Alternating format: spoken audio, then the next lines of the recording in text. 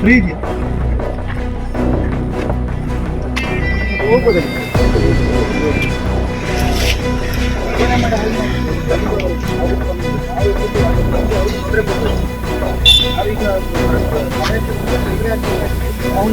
ಅವನೇ ಇಲ್ಲ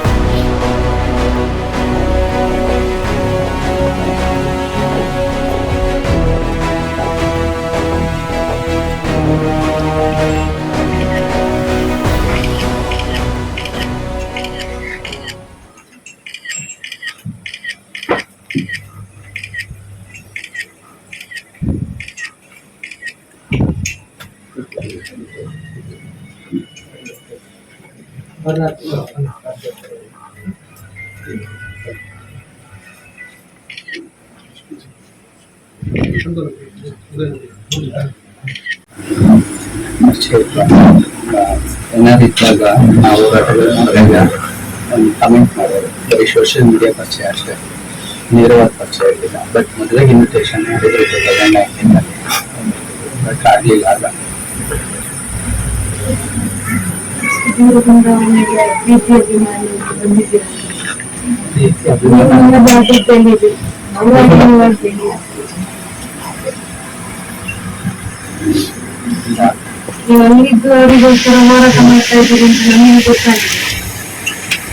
ಇಲ್ಲ, ನಾವು ಹೋರಾಟ ಏನ್ ಮಾಡಿ ಏನ್ ತೋರಿಸ್ನಿ ಈಗ ಮುಂದೆ ಯಾರಿಗೂ ಹೀಗೆ ಆಗ್ಬಾರ್ದು ಅಂತ ಹೇಳಿ ಒಂದು ಹೋರಾಟ ಮಾಡಿ ಅಷ್ಟೇ. ಯಾರಿಗೂ ಹೀಗೆ ಆಗೋದು ಬೇಡ. ನಾವು ಬರಿಗೆ ಮಾತಾಡೋದು ಅಷ್ಟು ಗೊತ್ತಿಲ್ಲ, ಏನು ಮಾಡ್ಲಿಕ್ಕೆ ಸಾಧ್ಯ ಇಲ್ಲ. ಮಾಡಲಿಕ್ಕೆ ಸಾಧ್ಯ ಇಲ್ಲ.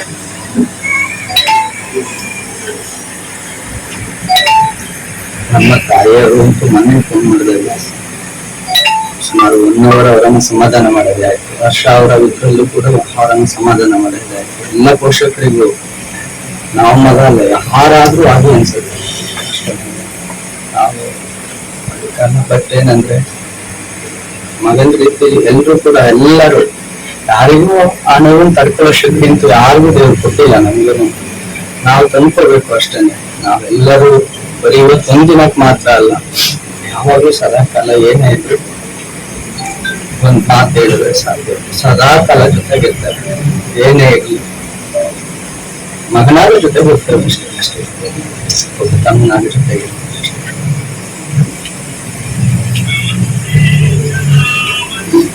ಏನ್ ಹೇಳಿದ್ರು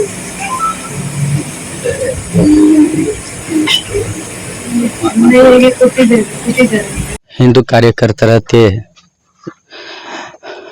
ನಾವು ಕಾಣ್ತಿರದಾಗ್ಲಿಂದನೂ ಕೂಡ ಹೋರಾಟದಲ್ಲಿ ಪ್ರತಿ ವರ್ಷ ಒಂದಲ್ಲ ಒಂದು ರೀತಿಯಲ್ಲಿ ಸುಮಾರು 7-8 ಹತ್ಯೆಗಳು ಆಗ್ತಾನೆ ಇದ್ದಾವೆ. ಇದುವರೆಗೂ ನಮ್ಮೆಲ್ಲರ ಬೆವರ ಹನಿಗಳ ಮೇಲೆ ಅಧಿಕಾರ ಹಿಡಿದಿರುವಂಥ ಭಾಜಪದವರು ಯಾವುದೇ ರೀತಿ ಪ್ರತಿಕಾರವನ್ನು ನಮಗೆ ಕೊಟ್ಟಿಲ್ಲ. ಪ್ರತಿಕಾರ ಅಂದರೆ ಬೇರೆ ಅರ್ಥ ಅಲ್ಲ. ಪ್ರತಿಕಾರ ಅಂದರೆ ಏನು? ಆ ಕೊಲೆ ಮಾಡಿದವ್ರಿಗೆ, ಹತ್ಯೆ ಮಾಡಿದವ್ರಿಗೆ ಶಿಕ್ಷೆ ಕೊಡುವಂಥದ್ದು. ಅದು ಕಾನೂನಿನ ರೀತಿಯ ಶಿಕ್ಷೆ. ಅದು ಒಂದು ಅವರನ್ನು ನೇಣಿಗೇರಿಸೋದಾಗಿರ್ಬೋದು ಅಥವಾ ಅವರನ್ನು ಎನ್ಕೌಂಟರ್ ಮಾಡೋದಾಗಿರ್ಬೋದು. ಆ ಶಿಕ್ಷೆಯನ್ನು ಅವ್ರಿಗೆ ಕೊಟ್ಟು ನಮಗೆ ಪ್ರತಿಕಾರವನ್ನು ಬೇಕು. ನಮಗೆ ನಮ್ಮ ಮನಸ್ಸು ಶಾಂತವಾಗಬೇಕು, ಕಾರ್ಯಕರ್ತರ ಮನಸ್ಸು ಅಂದರೆ.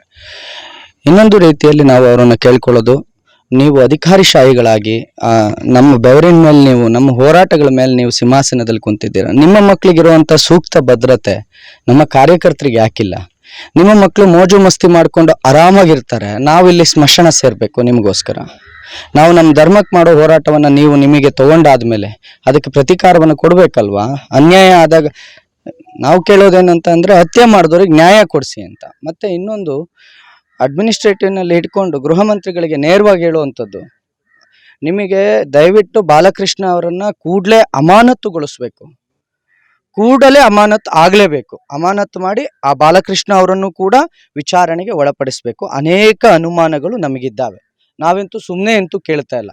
ಅನುಮಾನಗಳಿದ್ದಾವೆ, ಅದನ್ನ ಮನವಿಯಲ್ಲಿ ಖುದ್ದು ಇರುವ ಎಲ್ಲ ಅನುಮಾನಗಳನ್ನು ಬರೆದು ಕೂಡ ಇವತ್ತು ನಾವಲ್ಲಿ ಕೊಟ್ಟಿದ್ದೀವಿ. ಮನವಿಯನ್ನ ಪೊಲೀಸ್ ಠಾಣೆಯಲ್ಲಿ ವರಿಷ್ಠಾಧಿಕಾರಿಗಳಿಗೆ ಕೊಟ್ಟಿದ್ದೀವಿ. ದಯವಿಟ್ಟು ಕೂಡಲೇ ಆತ ಮಾಡಿರ್ತಕ್ಕಂಥ ಪ್ರತಿಯೊಂದು ಕರೆ ಮಾಡಿ ಪ್ರೈವೇಟ್ ಆಂಬುಲೆನ್ಸನ್ನು ಕರೆಸ್ಕೊಂಡಾಗಿರ್ಬೋದು, ಯಾರೇ ಆದರೂ ಗೌರ್ಮೆಂಟ್ ಆಂಬುಲೆನ್ಸ್ನ 108 ಫೋನ್ ಮಾಡ್ತಾರೆ ಪೊಲೀಸ್ನವರು, ಪ್ರೈವೇಟ್ ಆಂಬುಲೆನ್ಸ್ಗೆ ಫೋನ್ ಮಾಡೋದಿಲ್ಲ ಅಲ್ವಾ.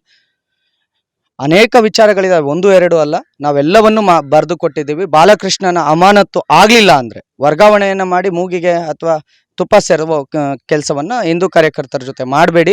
ನಾವು ಹೇಳ್ತಾ ಇದ್ದೇವೆ, ಪ್ರಮಾಣ ಮಾಡಿ ಹೇಳ್ತಾ ಇದ್ದೇವೆ, ನೀವು ಇರಬೇಕು ಅಂದರೆ ಅಥವಾ ನೀವು ಹಿಂದೂಗಳಾಗಿ ಹಿಂದುತ್ವದ ಆಧಾರದ ಮೇಲೆ ಅಧಿಕಾರಕ್ಕೆ ಬಂದಿರೋದೇ ಸತ್ಯ ಆದರೆ ಈ ಕೂಡಲೇ ಅವರನ್ನು ಅಮಾನತು ಮಾಡಬೇಕು. ಮಾಡಲಿಲ್ಲ ಅಂತ ಅಂದರೆ ಇವತ್ತು ನಿಮ್ಮ ಮನೆಗೆ ABVP ಕಾರ್ಯಕರ್ತರು ಮುತ್ತಿಗೆ ಹಾಕಿರೋದಲ್ಲ, ನಾವು ಇನ್ನೊಮ್ಮೆ ಮುತ್ತಿಗೆ ಹಾಕಿ ತೋರಿಸ್ತೇವೆ, ಹೇಗೆ ಮುತ್ತಿಗೆ ಹಾಕ್ತೇವೆ ಹಿಂದೂ ಕಾರ್ಯಕರ್ತರು, ಏನು ಮಾಡ್ತೇವೆ ಅಂತ ಪ್ರಮಾಣ ಮಾಡಿ ಹೇಳ್ತಾ ಇದ್ದೇವೆ. ನಮ್ಮನ್ನು ಕೆಲವೊಂದು ವಿಚಾರಗಳಲ್ಲಿ ಕೆಣಕಬೇಡಿ.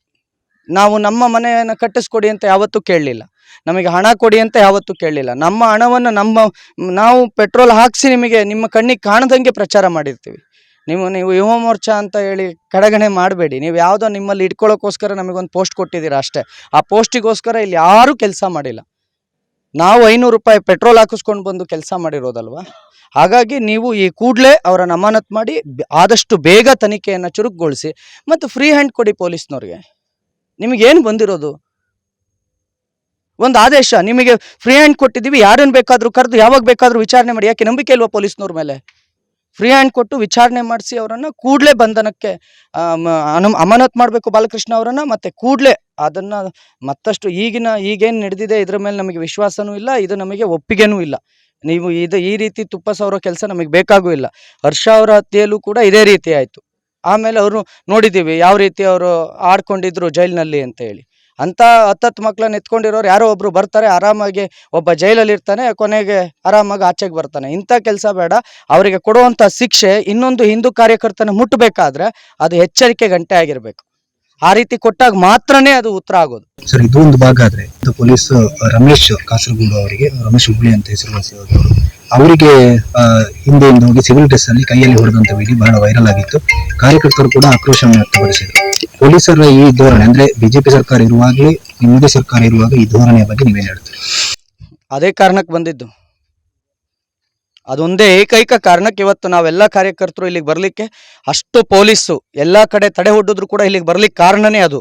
ಯೋಗ್ಯತೆ ಇದ್ದಿದ್ರೆ ಇಟ್ಕೋಬೇಕಿತ್ತು, ಇಬ್ರು ತೋರಿಸ್ತಿದ್ವಿ. ಇವತ್ತು ಅವರನ್ನು ವರ್ಗಾವಣೆ ಮಾಡದೆ ನಿನ್ನೆ ಏಕಾಏಕಿ ಬರ್ತೀವಿ ಅಂತ ಗೊತ್ತಾದ್ಮೇಲೆ ಇಟ್ಕೋಬೇಕಿತ್ತು, ಅವರನ್ನು ತೋರಿಸ್ತಿದ್ವಿ. ಇವತ್ತು ಸ್ಟೇಷನಲ್ಲಿ ಹೊಡೆಯೋದು ಹೆಂಗೆ, ಮುಟ್ಟೋದು ಹೆಂಗೆ, ಹಿಂದೆಯಿಂದ ಹಿಂದೂ ಕಾರ್ಯಕರ್ತರನ್ನ, ಹಿಂದೂ ಹೋರಾಟಗಾರನ್ನ ಯಾವ ರೀತಿ ಮುಟ್ತಿದ್ರು ಅದನ್ನ ನಾವು ತೋರಿಸ್ಕೋಬೇಕಿತ್ತು. ಲೈವಾಗಿ ಒಂದ್ಸಲ ಕೇಳೋಣ ಹೇಗೆ ಮಾಡ್ತಾರೆ ಅಂತಾನೆ ಬಂದ್ವಿ. ಆದರೆ ರಣಹೇಡಿಗಳ ರೀತಿ ವರ್ಗಾವಣೆ ಮಾಡಿಸ್ಕೊಂಡು ಹೋಗಿದಾರಲ್ಲ, ಎಲ್ಲೋ ವರ್ಗಾವಣೆ ಮಾಡಿಸ್ಕೊಳ್ಳೋದಲ್ಲ. ತಾಕತ್ತಿದ್ದಿದ್ರೆ ಇಂಥ ಕಡೆಗೆ ಹೋಗ್ತೀನಿ ಅಂತ ವರ್ಗಾವಣೆ ಮಾಡಿಸ್ಕೊಂಡು ಹೋಗ್ಬೇಕಿತ್ತು.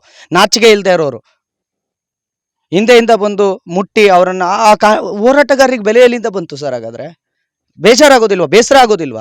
ನಾವು ಅದನ್ನೇ ಕೇಳ್ತಾ ಇರೋದು. ಹೇಡಿಗಳ ರೀತಿ ಓಡೋಗಿದ್ದೀರಲ್ಲ, ಓಡೋಗೋದಲ್ಲ, ನಾವು ನೇರವಾಗಿ ಕೇಳ್ತಾ ಇದ್ದೀವಿ. ನಾವು ಅವರವರ ಮನೆಗೆ ಮುತ್ತಿಗೆ ಹಾಕೋದಕ್ಕೆ ಮುಂಚೆ ಕೂಡಲೇ ಅವರನ್ನು ಅಮಾನತು ಮಾಡಿ ಅವರಿಗೆ ಏನು ಕಾನೂನು ಕ್ರಮ ಜರುಗಿಸ್ಬೇಕು ಅದನ್ನು ಜರುಗಿಸ್ಲೇಬೇಕು. ಇಲ್ಲ ಅಂತ ಅಂದರೆ ಯಾವುದೇ ಕಾರಣಕ್ಕೂ ಇದನ್ನು ಒಪ್ಪೋದಕ್ಕೆ ಸಾಧ್ಯ ಇಲ್ಲ. ಮತ್ತೆ ಎಷ್ಟು ಹೇಳೋಣ ಭಾಜಪಗೆ, ಎಷ್ಟು ಬೈಯೋಣ? ಬಂದವರೆಲ್ಲ ಬೈದು ಸಾಕಾಗಿದೆ, ನಮಗೂ ಸಾಕಾಗಿದೆ. ಅವರಿಗೆ ನಾಚಿಗೆ ಅಥವಾ ಮರ್ಯಾದೆ ಮಾನ ಅಂತ ಏನಾದರೂ ಇದ್ದರೆ ಅವ್ರು ಸರಿಪಡಿಸ್ಕೋಬೇಕು. ಮತ್ತು ಇನ್ನೊಂದು,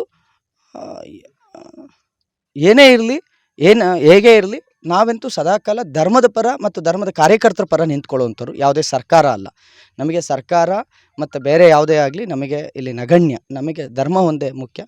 ಇಲ್ಲಿ ಹೇಳ್ತಾ ಇರೋದು, ಈ ಹತ್ಯೆಗೆ ನ್ಯಾಯ ದೊರಕಿಸಿಕೊಡುವವರೆಗೂ ಇದನ್ನು ಮರೆಯಂತ ಇದೇ ಪ್ರಮೇಯವೇ ಹಿಂದೂ ಕಾರ್ಯಕರ್ತರಿಲ್ಲ. ಖಂಡಿತವಾಗಿಯೂ ಇದನ್ನು ಕೊನೆಯವರೆಗೂ ನಾವು ನ್ಯಾಯ ಸಿಗೋವರೆಗೂ ಕೂಡ ಹೋರಾಡ್ತೇವೆ. ನಮಗೆ ಇಲ್ಲಿ ಇರೋ ಕಾರ್ಯಕರ್ತರಿಗೆ ಬೆಂಗಳೂರಿಗೆ ಬರಲಿಕ್ಕೆ, ನಿಮ್ಮ ಮನೆಗೆ ಮುತ್ತಿಗೆ ಹಾಕಲಿಕ್ಕೆ ಕಷ್ಟ ಆಗಬಹುದು. ನಾವು ಬೆಂಗಳೂರಿನಲ್ಲಿ ಇರೋರಿಗೆ ಕಷ್ಟ ಆಗೋದಿಲ್ಲ, ಈ ಎಚ್ಚರಿಕೆನ ಕೊಡ್ತೇವೆ. ಅದು ಅಲ್ಲಿದೆ, ನಮ್ಮ ಮನೆ ತನಕ ಬರೋದಿಲ್ಲ ಅನ್ನೋದಾದರೆ ನಾವು ಅಲ್ಲಿ ಬಂದು ನಿಮ್ಮ ಮನೆಗೆ ಮುತ್ತಿಗೆ ಹಾಕಬೇಕಾಗತ್ತೆ. ಇದು ಇವತ್ತು ಆಗಿರೋದಲ್ಲ, ನಡೀತಾನೇ ಇರುತ್ತೆ. ನ್ಯಾಯ ಸಿಗೋವರೆಗೂ ತಿಂಗಳಿಗೊಮ್ಮೆ ಮುತ್ತಿಗೆ ಹಾಕ್ತಾನೆ ಇರ್ತೇವೆ. ನೀವು ನಮ್ಮನ್ನು ಬಂಧಿಸಬಹುದು ಅಷ್ಟೇ. ನೀವು ಬಂಧಿಸೋದಷ್ಟು ಮತ್ತೆ ಜಾಸ್ತಿ ಆಗುತ್ತೆ. ನಮ್ಮನ್ನು ಬಂಧಿಸೋದ್ರ ಬದಲು ನೀವು ಅಲ್ಲಿ ಯಾರು ಹತ್ಯೆ ಮಾಡಿದ್ದಾರೆ ಅವರನ್ನು ಬಂಧಿಸಿ. ಸರ್, ಈ ಬೆದರಿಕೆಯ ಬಗ್ಗೆ ಮಾತನಾಡೋದಿದ್ರೆ, ಇವತ್ತು ಈ ಪ್ರಕರಣದಲ್ಲೂ ಕೂಡ ಏನು ಪ್ರವೀಣ್ ಅವರಿಗೆ ಹಿಂದೆ ಬೆದರಿಕೆ ಇತ್ತು ಅನ್ನುವಂಥ ವಿಚಾರಗಳು ಬಂದಿತ್ತು. ಮತ್ತೆ ಪೊಲೀಸರಿಂದ ಇದಕ್ಕೆ ಕರೆಕ್ಟ್ ಆದ ಕ್ರಮ ತಗೊಳ್ಳಿಲ್ಲ ಅಂತ. ಈಗ ನೀವು ಕೂಡ ಅನೇಕ ಬೆದರಿಕೆಗಳನ್ನ ಅನುಭವಿಸಿಕೊಂಡೇ ಬಂದಿರುವಂತವ್ರು. ಈಗ ಈ ಪೊಲೀಸ್ ವ್ಯವಸ್ಥೆ ಬಗ್ಗೆ ಏನು ಹೇಳ್ತೀವಿ? ಒಟ್ಟಾರೆ ನಾವು ಇದುವರೆಗೂ 16 ಜನರ ಲೀಸ್ಟನ್ನೇ ಮಾಡಿ ಲಾಸ್ಟ್ ಟೈಮು ಬೆಂಗಳೂರು ಸೌತ್ನಲ್ಲಿ ಕೊಟ್ವಿ ಸರ್. ಇಷ್ಟು ಜನ ಈ ಪ್ರೈವೇಟ್ ನಂಬರ್ಸ್ಗಳಿಂದ ಬೆದರಿಕೆ ಆಗ್ತಾರೆ ಅಂತ. ಇವ್ರು ಹೇಳೋದೇನೆಂದರೆ ಇವ್ರು ಯಾವ ನೆಟ್ವರ್ಕ್ನಲ್ಲಿ ಕೂತ್ಕೊಂಡು ಫೋನ್ ಮಾಡ್ತಾರೆ ಅನ್ನೋದೇ ಗೊತ್ತಿಲ್ಲ ಅಂತ. ಸರಿ ಆಯಿತು, ಅದು ಗೊತ್ತಾಗೋದಿಲ್ಲ. ಹರ್ಷನ್ಗೂ ಕೂಡ 2015ನಲ್ಲಿ ಪ್ರಾಣ ಬೆದರಿಕೆ ಬಂದಿತ್ತು. ಅದಾದಮೇಲೆ ಪ್ರವೀಣ್ ಅವ್ರಿಗೂ ಕೂಡ ಬಂದಿತ್ತು. ಈ ಬೆದರಿಕೆಗಳು ಬಂದಾದಮೇಲೆ ನೀವು ಯಾವ ರೀತಿ ನಡ್ಕೋಬೇಕು, ಪೊಲೀಸ್ ಇಲಾಖೆ ಆಗಿರ್ಬೋದು, ಸರ್ಕಾರ ಆಗಿರ್ಬೋದು, ಹಿಂದೂ ಕಾರ್ಯಕರ್ತರ ಜೀವಕ್ಕೆ ನೀವು ಬೆಲೆ ಕೊಡದೆ, ಅವರನ್ನು ರಕ್ಷಣೆ ಕೊಡದೆ ನೀವು ನಿಮ್ಮ ಪಾಡಿಗೆ ನೀವು ಇದ್ದರೆ ಏನಾಗುತ್ತೆ ಅನ್ನೋದನ್ನ ಈಗಾಗಲೇ ನೋಡ್ತಾ ಇದ್ದೀರಾ. ಯಾವಾಗಲೂ ಸಮಾಜ ಹಾಗೆ ತಗೊಳ್ಳೋದಿಲ್ಲ. ಬೆದರಿಕೆಗಳು ಇದು ಮೊದಲಲ್ಲ ಸರ್. ಹಿಂದೂ ಕಾರ್ಯಕರ್ತರು ಏನೇ ಮಾಡಲಿ ಮೊದಲ ಪ್ರಯತ್ನ ಅವರು ಬೆದರಿಕೆ ಮಾಡೋದೆ, ನಮ್ಮನ್ನು ಕೊಲ್ತೇವೆ, ಹಾಗೆ ಮಾಡ್ತೀವಿ ಅಂತ. ಅದು ಕೇವಲ ಮಾತಿಗೆ ನಿಂತಿದ್ರೆ ತೊಂದರೆ ಇಲ್ಲ, ಅದು ಕಾರ್ಯರೂಪದಲ್ಲಿ ಮುಂದುವರಿತಾ ಇದೆ ಬೆದರಿಕೆಗಳು. ಕೇವಲ ಒಬ್ರಿಗಲ್ಲ, ಈ ಇಡೀ ನಾವು ಹೇಳ್ತಾ ಇರೋದು ಇದು ಆರಂಭ ಅಷ್ಟೇ. ಮುಸಲ್ಮಾನರ ಈ ಕೃತ್ಯ ಇದೆಯಲ್ಲ, ಇಸ್ಲಾಂನ ಈ ಕೃತ್ಯ ಇದೆಯಲ್ಲ, ಹತ್ಯೆ ಮಾಡುವಂಥದ್ದು, ಬೆದರಿಕೆ ಹಾಕೋದು, ಇದು ಆರಂಭ ಅಲ್ಲ, ಅಂತ್ಯನೂ ಅಲ್ಲ. ಇಡೀ ಈ ಮನಸ್ಥಿತಿ ಅಂತ್ಯ ಆಗಬೇಕು. ಅಂತ್ಯ ಅಂದರೆ ಮುಸಲ್ಮಾನರನ್ನು ತಡೆಯುವಂಥದ್ದಲ್ಲ, ಅವರ ಮನಸ್ಥಿತಿಯಲ್ಲಿ ಈ ಕೊಲ್ತೀವಿ ಅಥವಾ ನಾವು ನಮ್ಮ ಜಿಹಾದ್ಗೋಸ್ಕರ ಏನು ಬೇಕಾದ್ರೂ ಮಾಡ್ತೀವಿ ಅನ್ನೋದಿದೆಯಲ್ಲ, ಆ ಮನಸ್ಥಿತಿಯನ್ನು ಹೊಡಿಬೇಕು. ಹೇಳ್ತಾರಲ್ಲ ಗೃಹ ಮಂತ್ರಿಗಳು, ನಾವು ನೇಣಾಕೋಕ್ಕಾಗಲ್ಲ. ಯಾರು ಹೇಳಿದ್ದು ನಿಮಗೆ ಬಹಿರಂಗವಾಗಿ ನೇಣಾಕಿ ಅಂತ ಹೇಳ್ತಾ ಇದ್ದೀವಿ? ಯಾರನ್ನು ನೀವು ಡೈವರ್ಟ್ ಮಾಡ್ತಾ ಇದ್ದೀರಾ? ನಾವು ಯಾರು ಕೇಳಿದ್ವಾ ಬಹಿರಂಗವಾಗಿ ತಂದು ನೇಣಾಕಿ ಅಂತ? ನಾವು ಕೇಳ್ತಾ ಇರೋದು ಎಳ್ಕೊಂಬಂದು ಕಾನೂನು ರೀತಿಯಲ್ಲಿ ನೇಣಾಕಿ ಅಂತ. ಕಾನೂನಲ್ಲಿ ಇದೆಯಲ್ಲ ನೇಣಾಕ್ಲಿಕ್ಕೆ ಅವಕಾಶ ತಪ್ಪು ಮಾಡಿದಾಗ, ಅಥವಾ ನಿಮ್ಮ ಎನ್ಕೌಂಟರ್ಗಳಿಗೆ ಅವಕಾಶ ಇಲ್ವಾ? ಇದೆಯಲ್ಲ, ಅದನ್ನು ಮಾಡಿ. ಅದನ್ನು ಬಿಟ್ಟು ನಾನು ಪಾಕಿಸ್ತಾನ ಅಲ್ಲ, ನಾನು ಅಫ್ಘಾನಿಸ್ತಾನ ಅಲ್ಲ. ನಿಮಗೆ ವೋಟ್ ಕೇಳಬೇಕಾದ್ರೆ ಪಾಕಿಸ್ತಾನ ಅಫ್ಘಾನಿಸ್ತಾನನೇ ಬೇಕು. ಕಾರ್ಯಕರ್ತರು ನ್ಯಾಯ ಕೇಳಿದಾಗ ಇದು ಅಫ್ಘಾನಿಸ್ತಾನ ಅಲ್ಲ. ಇಂಥ ಏನೇ ಆಗಲಿ, ಅದು ಇಂಥ ಸಾವಿರ ಬೆದರಿಕೆಗಳು ಬರಲಿ, ನಾವಂತೂ ಹೋರಾಡ್ತೇವೆ. ಆದರೆ ಆ ಬೆದರಿಕೆಗಳು ನಿಜ ಆಗದಂಗೆ ನೋಡ್ಕೋಬೇಕಾಗಿರೋದು ಮೇಲಿರೋರ ಕರ್ತವ್ಯ, ಇಲ್ಲ ಆತನ ಕರ್ತವ್ಯ. ಧರ್ಮೋ ರಕ್ಷತಿ ರಕ್ಷಿತ ಅಂತ ಹೋರಾಟ ಮಾಡ್ತಾನೆ ಇರ್ತೀವಿ. ಅದಂತೂ ಸತ್ಯ ಸರ್. ಕೊನೆಯದಾಗಿ ನೀವು ಬೆಂಗಳೂರಿಂದ ಎಷ್ಟು ಜನ ಹೊರಟಿದ್ರಿ ಮತ್ತು ಏನೆಲ್ಲ ಅಡೆತಡೆಗಳು ಬಂತು? ಒಟ್ಟು ನಾವು 100 ಜನ ಹೊರಟಿದ್ವಿ. ಅದರಲ್ಲಿ ಕೊನೆಗೆ ಇಂಟೆಲಿಜೆನ್ಸ್ ಇವರೆಲ್ಲ ನಮ್ಮೂರಿಗೆ ಸ್ವಲ್ಪ 144 ಇದೆ, ಅರೆಸ್ಟ್ ಮಾಡ್ತೀವಿ ಹಾಗೆ ಹೇಗೆ ಅಂತ ಹೇಳಿದ ಮೇಲೆ 4 TTಯಿಂದ ನಾವು ಒಟ್ಟು 56 ಜನ ಹೊರಟ್ವಿ. ಅದರಲ್ಲಿ 2 TTಯನ್ನು ಸಕಲೇಶ್ಪುರದ ಹತ್ರ ನಮ್ಮಲ್ಲಿ ತೊಂದರೆ ಕೊಟ್ಟರು. ಸಕಲೇಶ್ಪುರ ಆದಮೇಲೆ ನೆಟ್ವರ್ಕ್ ಕೂಡ ಬ್ಯುಸಿ ಆಗಿದ್ದರಿಂದ ನಾವು ಮತ್ತೆ ತಿರುಗಿ ಹೋಗ್ಲಿಕ್ಕಾಗಲಿಲ್ಲ ಅವ್ರನ್ನ ಕರ್ಕೊಬರೋದಕ್ಕೆ. ನಮ್ಮನ್ನು ಮತ್ತೆ ಗುಂಡಿಯಾ ಚೆಕ್ ಪೋಸ್ಟ್ನಲ್ಲಿ ಸುಬ್ರಹ್ಮಣ್ಯದಲ್ಲಿ ನಮ್ಮನ್ನು ಅದು ಯಾಕೆ ಅಂತ ಗೊತ್ತಿಲ್ಲ. ನಾವು ಬಂದರೆ ಏನಾಗುತ್ತೆ? ನಾವೇನಾದರೂ ಇಲ್ಲಿ ಗಲಾಟೆ ಮಾಡೋಕ್ಕೆ ಬಂದಿದ್ದೀವ? ಇಲ್ಲಿ ಯಾರ ಮೇಲಾದ್ರು ಕಲ್ಲು ಹೊಡಿಯೋಕೆ ಬಂದಿದ್ದೀವ? ನಾವು ನಮ್ಮ ಅಣ್ಣ ತಮ್ಮಂದಿರಿಗೆ ನೋವಿಗೆ ಸ್ಪಂದನೆ ಮಾಡಲಿಲ್ಲ ಅಂದರೆ ಈ ಕುಟುಂಬ ಬೇರೆ ಕುಟುಂಬ ಅಲ್ಲ. ಇವತ್ತು ಇದು ನಮ್ಮ ಕುಟುಂಬ ಅಲ್ವಾ? ನಮ್ಮ ಕುಟುಂಬಕ್ಕೆ ನಾವು ಸಾಂತ್ವನ ಹೇಳೋದಕ್ಕೆ ಇವರಪ್ಪನ ಮನೆಗೆ ಬರ್ತಾ ಇದೀವ.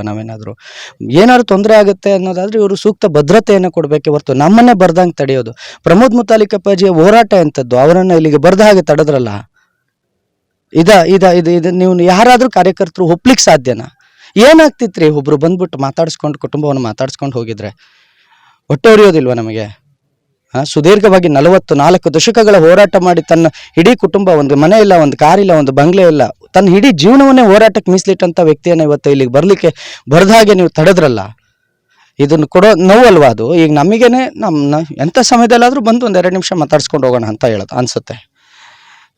ಅದು ಯಾರೇ ಆಗಿರಲಿ, ನಮ್ಗೆ ಅಣ್ತಮ್ಮ ಅಂತ ಅನ್ಸುತ್ತೆ, ನಮ್ಮವರು ಅಂತ ಅನ್ಸುತ್ತೆ. ನಾವು ಬಂದು ಮಾತಾಡಿಸ್ಕೊಂಡು ಹೋಗ್ತೀವಿ ಅಂತಂದರೆ ತಡಿತೀರಾ ಅಂದರೆ ಆ ಹಿರಿ ಮನಸ್ಸು, ಆ ಹಿರಿ ಹೋರಾಟಗಾರನ ಮನಸ್ಸನ್ನು ಅದು ಹೇಗೆ ತಡ್ಕೊಂಡಿರ್ಬೇಕು ವ್ಯಕ್ತಿ ವಾಪಸ್ ಹೋಗೋಕ್ಕೆ? ಆ ನೋವಿದೆ ನಮಗೆ ಮಾತ್ರ ಅಂತ ಅಲ್ಲ, ಇದು ಪರಿಸ್ಥಿತಿ ಬದಲಾಗಬೇಕು. ಸೂಕ್ತ ಭದ್ರತೆಯನ್ನು ಮಾಡಿ. ಇಲ್ಲಿ ತೊಂದರೆ ಆಗುತ್ತೆ ಅಂದರೆ ಇಡೀ 144 ಸೆಕ್ಷನ್ ಹಾಕೊಂಡು ಯಾರನ್ನು ತಡಿತಿದ್ದೀರಾ ನೀವು? ಏನು ತಡಿತಿದ್ದೀರಾ ನೀವು? ಇಲ್ಲಿ ಓಡಾಡೋದು, ಇಲ್ಲಿ ಲೋಕಲ್ ಓಡಾಡೋದು ಏನಾದ್ರು ಬಿಟ್ಟಿದ್ದಾರಾ? ಎಲ್ಲ ಓಡಾಡ್ತಿದ್ದಾರೆ. ಹೊರಗಡೆಯಿಂದ ಬಂದು ಪ್ರವೀಣ್ ಅವ್ರ ಮನೆಗೆ ಕುಟುಂಬಕ್ಕೆ ಬರೋರನ್ನು ತಡಿತಿದ್ದೀರಾ ನೀವು, ಇನ್ಯಾರನ್ನು ತಡಿತಿಲ್ಲ. ನಿನ್ನೆ ನಡೆದ್ರಲ್ಲ, ನಿನ್ನೆ ನಡೀತಲ್ಲ ಕಾರ್ಯಕ್ರಮಗಳು ಬೇರೆ ಬೇರೆ. ಅಲ್ಲಿ 144 ಸೆಕ್ಷನ್ ಇರ್ಲಿಲ್ವಾ? ನಮ್ಮ ಹಿಂದೂಗಳ ಮನೆಗೆ ಬಂದು ಸಾಂತ್ವನ ಹೇಳಲಿಕ್ಕೆ ಬರೋರಿಗೆ 144 ಸೆಕ್ಷನ್. ನಾವು ಗುಂಪು ಸೇರಬಾರ್ದು ಇವರಿಗೆ. ನಾವು ಗುಂಪು ಸೇರಿದ್ರು ಕೂಡ ಪೊಲೀಸ್ನವ್ರ ಮೇಲೆ ಏನೂ ಆಗಲ್ಲ. ಅವ್ರ ಗುಂಪು ಸೇರದೇ ಇದ್ರು ಕೂಡ ಪೊಲೀಸ್ ಸ್ಟೇಷನ್ಗಳು ಬೆಂಕಿ ಬೀಳ್ತವೆ. ಅದನ್ನ ಅರ್ಥ ಮಾಡ್ಕೋಬೇಕು ಇವರು. ಸರ್ಕಾರನೂ ಹಾಗೆ ಇದೆ, ಇಲಾಖೆನೂ ಹಾಗೆ ಇದೆ. ಇವು ಅತಿರೇಕಕ್ಕೆ ಹೋದಾಗ ಹಿಂದೂ ಕಾರ್ಯಕರ್ತರ ಭಾವನೆಗಳನ್ನ ಕೆರಳಿಸಿದ್ರೆ ಏನಾಗುತ್ತೆ ಅಂತ ನಾವು ನೆಕ್ಸ್ಟ್ ಉತ್ತರದ ಮುಖಾಂತರ ಕೊಡ್ತೇವೆ ಸರ್. ಸುದ್ದಿ ಚಾನಲ್, ಕ್ಷಣ ಕ್ಷಣದ ಸುದ್ದಿಗಾಗಿ.